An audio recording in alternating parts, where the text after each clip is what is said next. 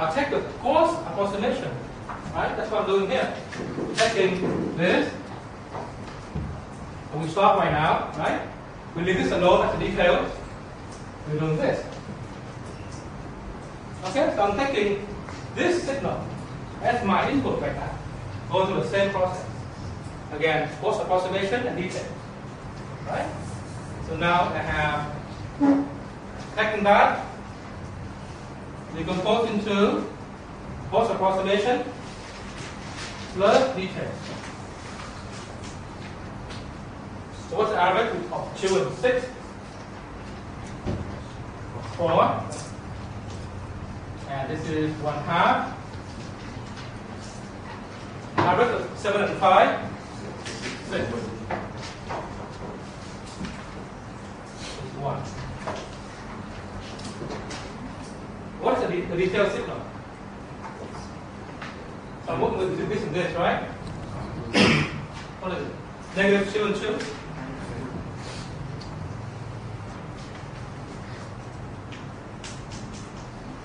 The other one is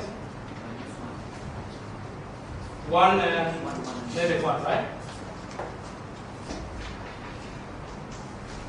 Is that right?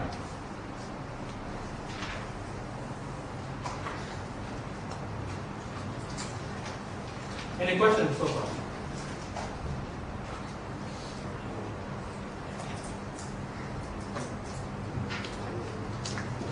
What's the next step? We keep this. You can watch one more time. We got it.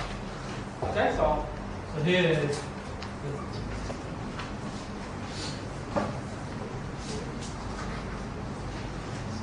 5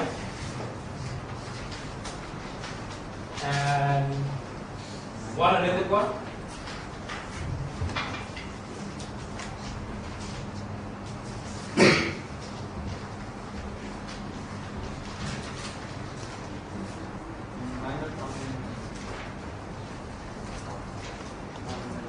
Oh yeah.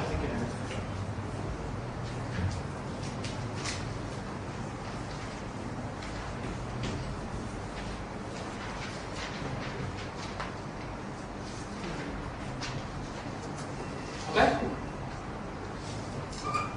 I want to give some names right now. Okay. I want to name this V3, V2, W2, V1. V1, V0,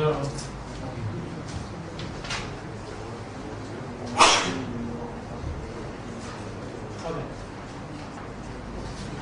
What I'm doing here is decompose a piecewise constant 1/8 unit interval to a piecewise constant 1/4 and details 1/2 and details or 1 detail.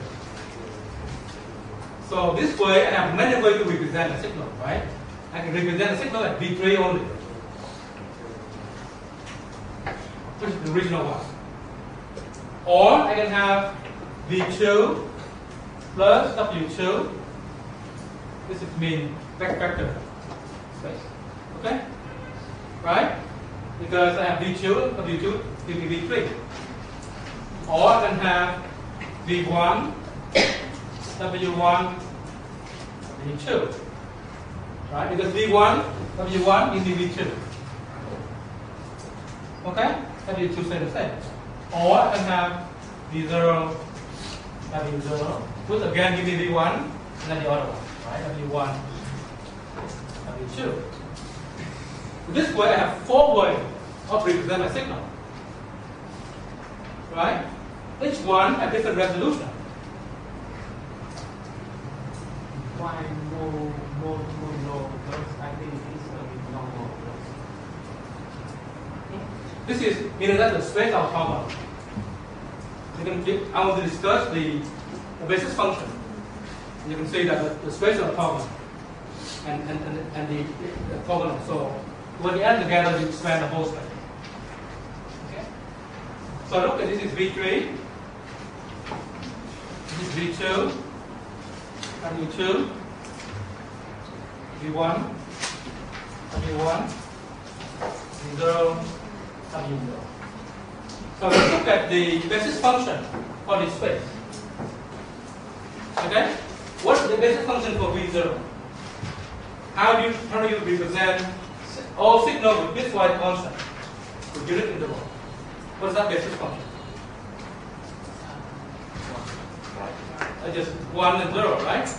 So let's go phi of t into the 1, that is 1. This. You will define basis function of t to be 1 like that. Then I can represent any signal with bitwise constant as the weight linear combination of this and shift. Right? If I have phi of t minus 1, and I go from 1 to 2, and so on. Is that clear? How about v1? What's the basis function for v1? Bitwise constant with half interval. It will be exactly like this, but scale it. So I have basis function to be 1 and 1/2. How do I relate this with that? It's phi of what? 2t. That's a scaling now, right? And the next one is what we have. We have a quarter. Okay? Be a quarter. And this will be phi of 40. 2 squared. Right? 2 squared. 2 to the first power. That's 2. 2 to the 0 power. That's 1. And the last one will be 1/8. Right? That will be phi of 80. That's 2 to the third. V3, 2 to the third. Okay? What is the basis function for W0?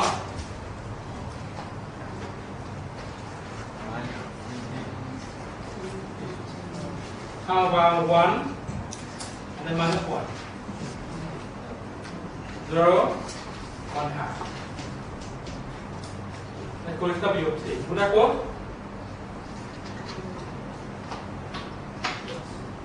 That's 1/2, sorry. 1. That's 1/2. Would that go? Sure. This signal is what? Minus WT. Right? How about that basis function for this aspect? Exactly the same as this, but scale it, right? So we have 1 minus 1. This is a half. That's a quarter. This is W of 2t. What is that signal in this? Minus 2 W of 2t plus 1 W of 2t minus 1. Right? 2t minus 1 shifted by half. Because that's a 2t, right? So this is W of 2t minus 1. This is minus 2 W of 2t. Is that clear? Okay. Next one, 22. This function is exactly the same as before, but now a quarter. 1 and minus 1. So W of 40.